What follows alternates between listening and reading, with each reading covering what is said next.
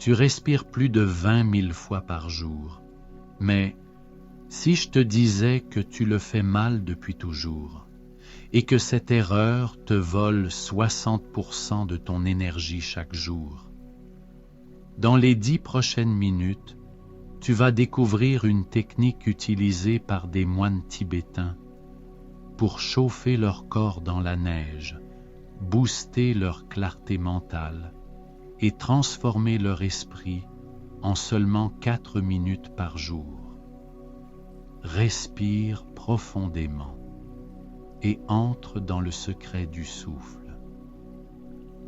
Depuis notre naissance, nous respirons. C'est un automatisme, bien sûr. Mais ce que peu de gens réalisent, c'est que cette respiration instinctive est en réalité incomplète. Et cette erreur toute simple, que nous répétons chaque jour sans y penser, nous prive de plus de 60% de notre potentiel énergétique. C'est un peu comme si notre corps était une voiture de course qui roule en mode tondeuse à gazon. Mais ce que je vais vous révéler ici peut tout changer. Le Tummo, cette ancienne technique respiratoire utilisée par les moines tibétains, va bien au-delà de la détente.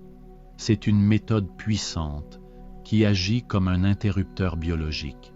Elle permet d'activer des capacités physiques, mentales et même émotionnelles que nous pensions hors de portée.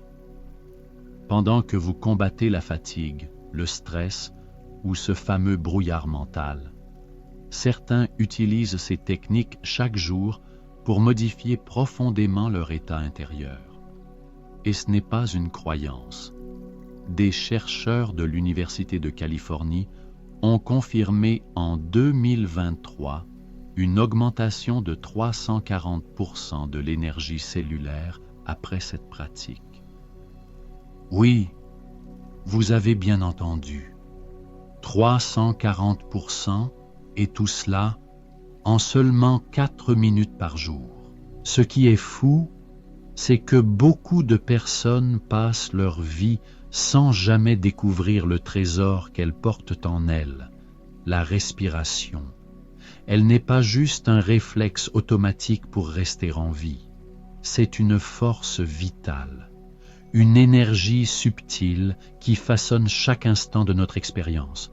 Mais voilà, on l'ignore. On vit sur pilote automatique. Alors, pose-toi cette question. Combien de fois as-tu réellement prêté attention à ton souffle aujourd'hui? Probablement aucune. On respire, on avance. Mais on oublie que l'air qu'on inspire contient bien plus que de l'oxygène. Il contient une énergie invisible qui nourrit chaque cellule, chaque pensée, chaque émotion. Quand on respire sans conscience, on survit. Mais quand on respire avec intention, on commence vraiment à vivre. C'est la différence entre simplement rouler ou profiter pleinement du voyage. Allez, on teste ensemble. Inspire profondément pendant 3 secondes. Bloque pendant 2 et relâche doucement pendant 4 secondes. Tu viens de ressentir à quel point la respiration peut influencer ton état intérieur en quelques secondes. Notre respiration, c'est un peu comme une télécommande invisible. Elle agit directement sur nos émotions et nos états mentaux. Quand on est stressé, elle devient rapide et saccadée. Quand on est détendu, elle est profonde et régulière.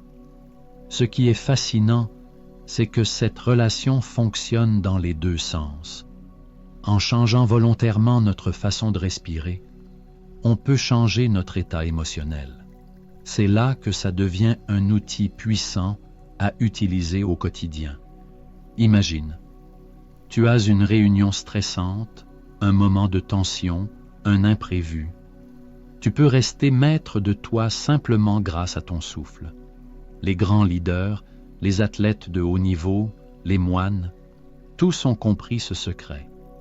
Le souffle est la clé pour atteindre des niveaux supérieurs de clarté, de maîtrise et de conscience. Et ce n'est pas du mysticisme. C'est une pratique simple, concrète et accessible à tous. Lors de votre prochain moment de stress, testez ceci.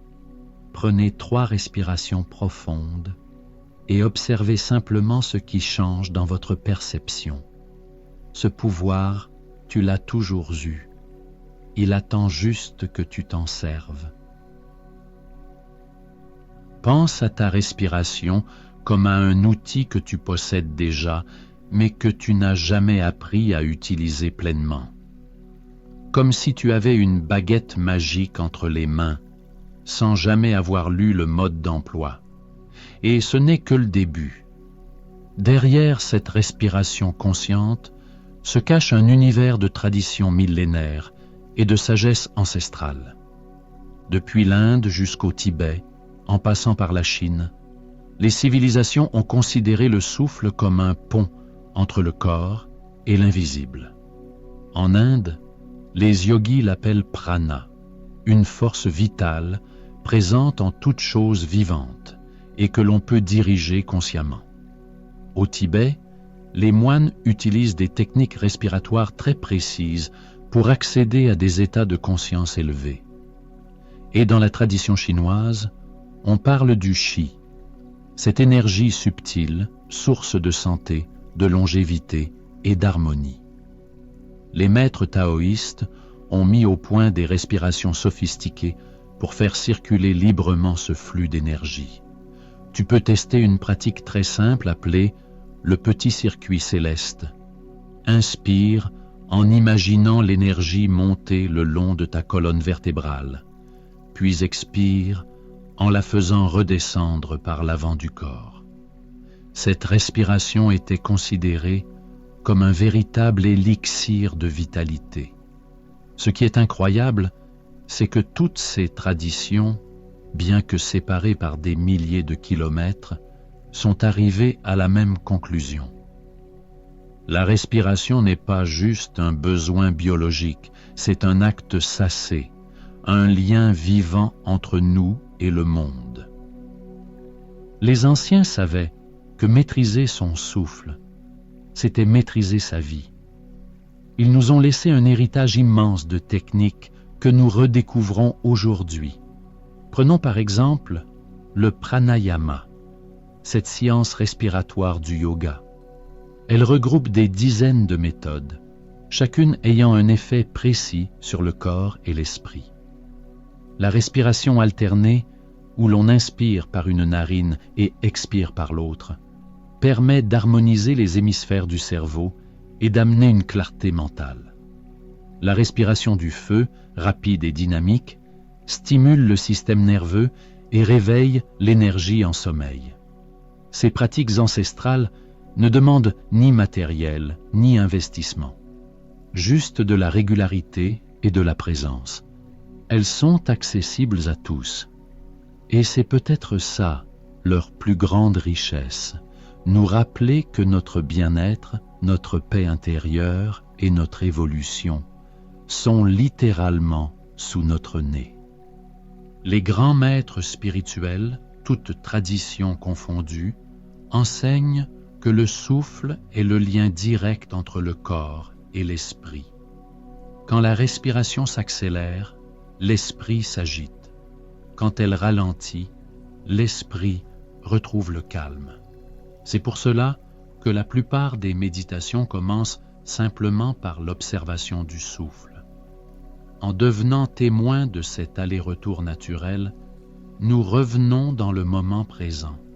Et c'est dans cet espace que la science moderne rejoint les sagesses anciennes.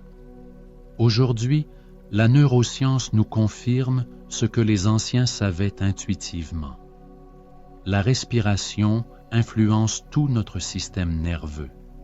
Notre corps fonctionne selon 2 modes, le système sympathique qui nous prépare à l'action et le parasympathique qui nous aide à récupérer. En cas de stress, notre respiration se raccourcit. Cela active le système sympathique, libérant du cortisol et maintenant le corps en alerte. Mais si l'on respire lentement et en profondeur, on active le nerf vague, un véritable interrupteur vers le calme. Des recherches menées à Stanford montrent qu'il suffit de 2 minutes de respiration profonde pour faire baisser significativement les niveaux de stress.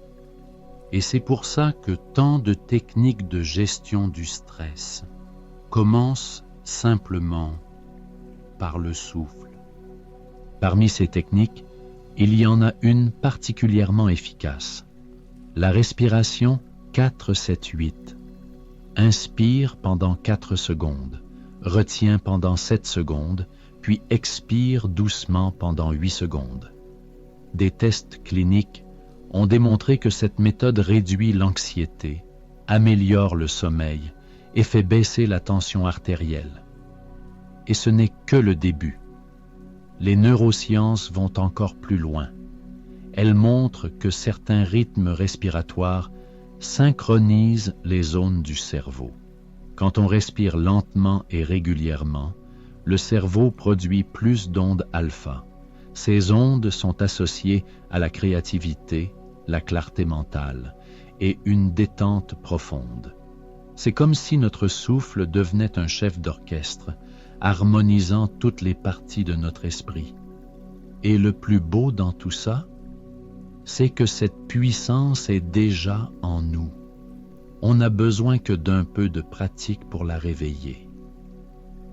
Des hôpitaux prestigieux comme la Mayo Clinic utilisent désormais la respiration dans leur protocole. Pour des patients atteints de troubles cardiaques, digestifs ou anxieux, ces techniques apportent un réel soulagement.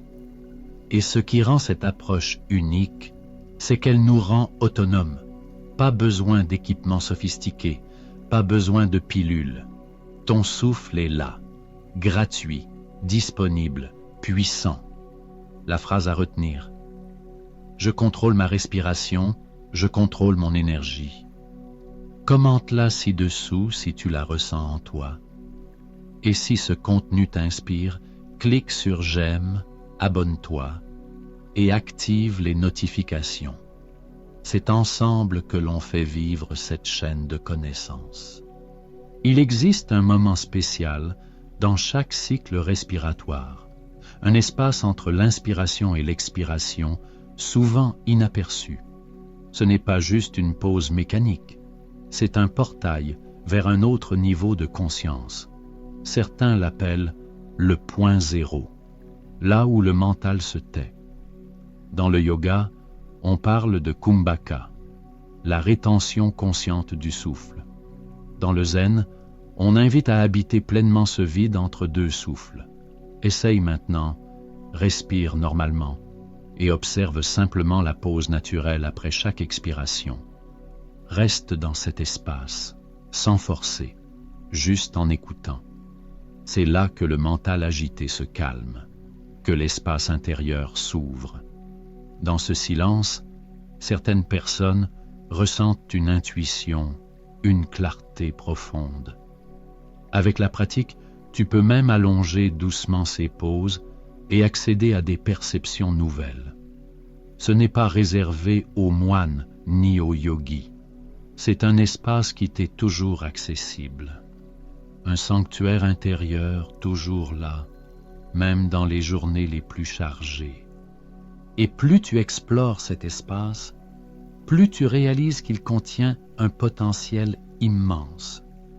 Ce simple silence entre 2 souffles peut transformer toute ta perception du monde.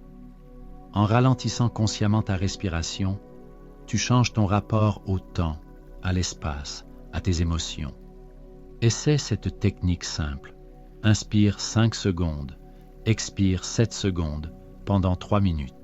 Tu verras, le temps semble ralentir.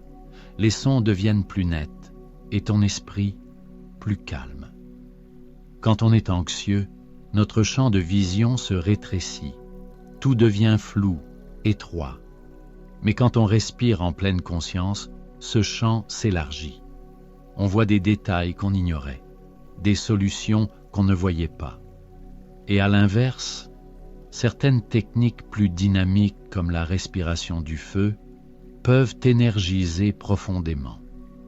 Tu expires rapidement par le nez, en laissant l'inspiration se faire naturellement.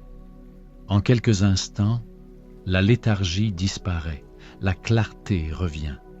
Un dernier exemple, face à un défi, teste la technique du souffle de courage.